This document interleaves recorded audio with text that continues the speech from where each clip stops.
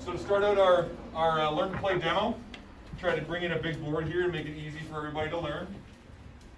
So when you're starting, well, represented here by a face down card over here in your deck zone. So your deck minimum is 50. That's what comes into your starter decks that you all have right here. Maximum when you go to customize your decks later on with further expansions and boosters, the maximum is 60 cards, but that's going to start in your deck zone right over here, much like any other trading card game. Over here, these 3 cards start in play. This will be your Veil Realm. This is your only dual-sided card in the deck. So you'll have those in each one of your decks. Corresponding, this here is for heroes. This is a mechanic that makes Legions very different from a lot of other trading card games. With this card being starting in play, and this represents the portal for your realm. And then when your veil pierces and your realm opens, this is the introduction of your world into the battle zone. This is going to give you a lot of advantages based on the Legion and the faction that you fight for. Right here is your most important character, your Warlord. It sits right next to it. So this here, Alero, King of Kingdoms for you hero players right now. But all of you have a corresponding Warlord for your Legion. Your Warlord is the source of your health. It's also your strongest fighter.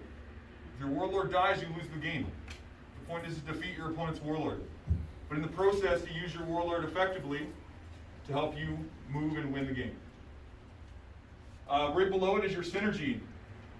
Your synergy is the magic that you draw from your land, the power that comes from your realm and that benefits your deck in battle. Your synergy can be cast only during your turn, and as you see here, they have a cooldown. After casting it, your cooldown counter goes on it. All the starting Legions all have a cooldown of 5 turns. So once they're cast, the 5-turn counter goes on. That's why everyone was given 2 dice to keep track of that cooldown counter. Outside of that, in your main deck, you have your warriors, your fortifieds, and your unifieds. These are the only 3 cards these 3 types of cards you're going to find in your deck. So your fortified cards, for those of you who have come from a Yu-Gi-Oh background, your fortified card is very similar to a trap card in Yu-Gi-Oh. These cards can only be activated during your opponent's turn, but they must be set face down during your turn first in one of your 5 fortified zones you see on your playmat.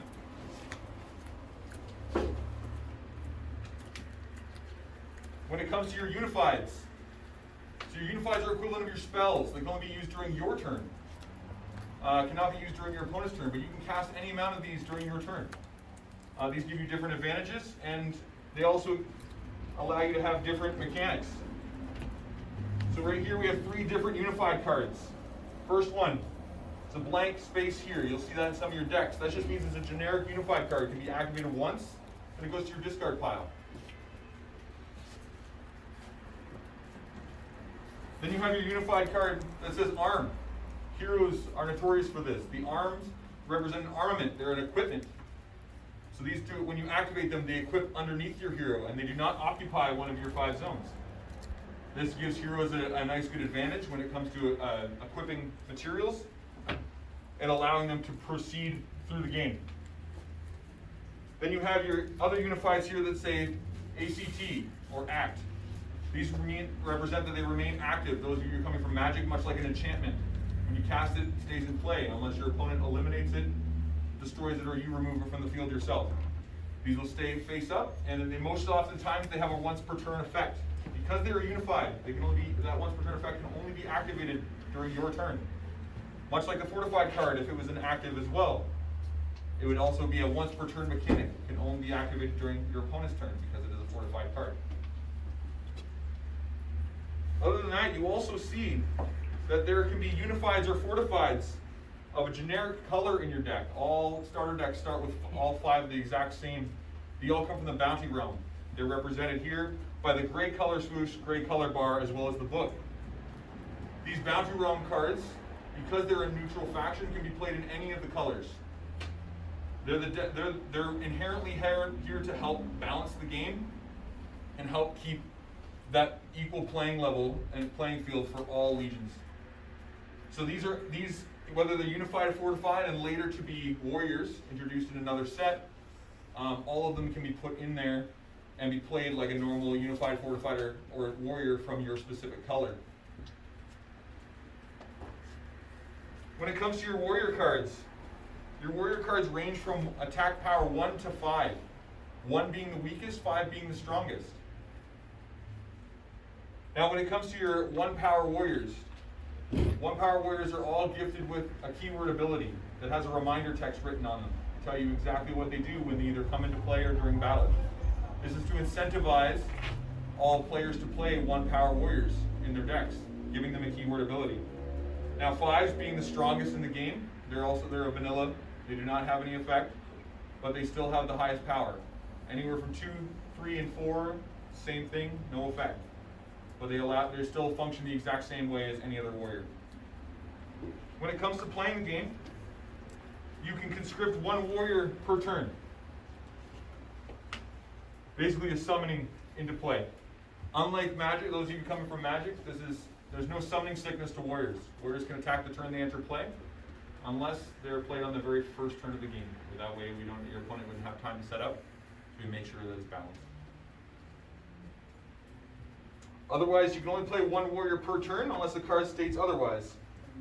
Much like a card here, like March of the Resistance, allows you to conscript an additional warrior each turn.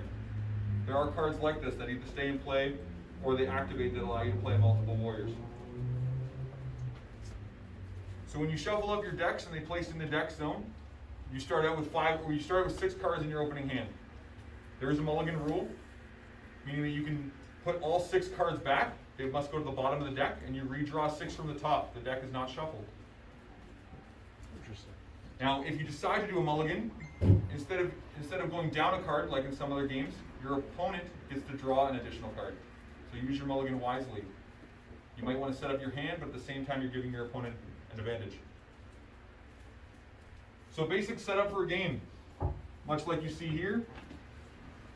Just starts with your deck, your 3 cards in play, and you're starting 6 cards in hand. After the mulligans, you decide who's going first. You do that by a die roll, rock, paper, scissors, coin flip. And when you decide who goes first, the first turn player gets the opportunity to remove a veil counter. So on your veil card here is represented by the VC3. Represents that you start with the game with 3 veil counters on this card.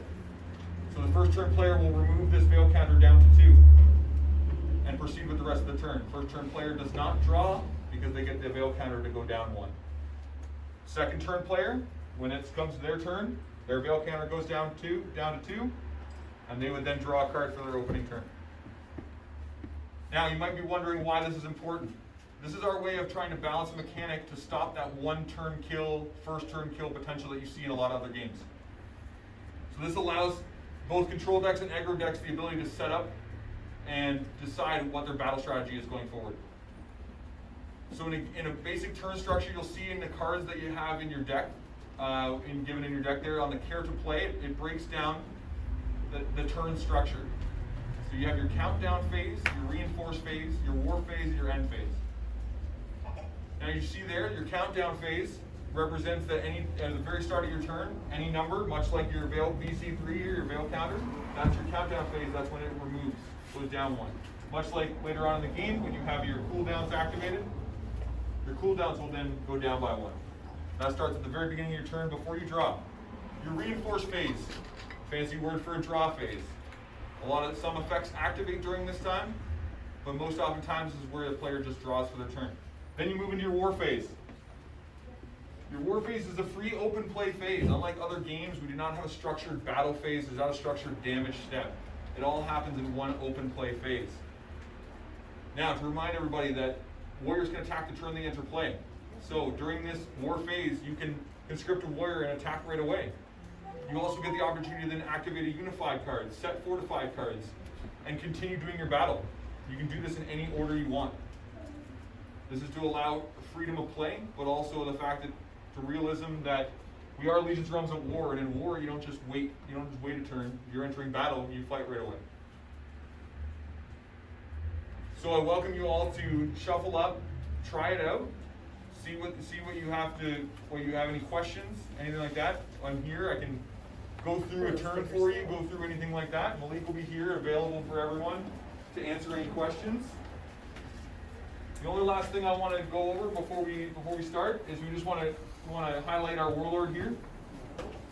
Our Warlord has a physical attack, a magical attack, and a special ability. All three of these things cannot be used until your veil has been opened, much like your synergy. Both of these come for the power of your land. So once your realm is open, then both of these can be used. Your Warlord, much like any warrior, can only attack during your turn. Now you can choose to use your magical attack or you can choose to use your physical attack, but it can only do one or the other during your turn. Your special ability, everyone is different on each Warlord. That special ability will allow you to gain a certain advantage, but some of them have a steeper Bloodborne cost. That would cost you to pay life to use that ability. But other ones would just have an ability that allows for a cooldown, much like your synergy, and you put a die counter on it to represent that it's on cooldown. Other than that, they can still do battle. During those first 3 turns of the game, where there's 3 veil counters on your card, your warriors can still attack each other. They can still attack one another. You can also still play Unifieds or Fortifieds. They can do damage to your opponent's Warlord, or they can do damage to your opponent's warriors.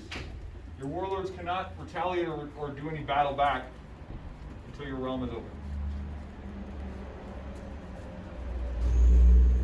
So one last thing here is that when a warrior comes in and does battle, like I said, we don't have a damage step, we don't have a specific battle phase. The only thing that we can say is that in order to attack your opponent's Warlord, lowering their life total, there needs to be no warriors on your opponent's side of the field. Much like those of you coming from Yu-Gi-Oh!, much like that direct attack mechanic. So you must clear your opponent's warriors out before you can do damage to your opponent's Warlord.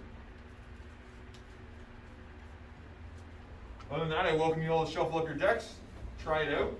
Like I said, there are some veteran players here that have been play testing from near the beginning, or have come out to our demo nights. If you have any questions, Malik and I can answer them. But overall, have fun.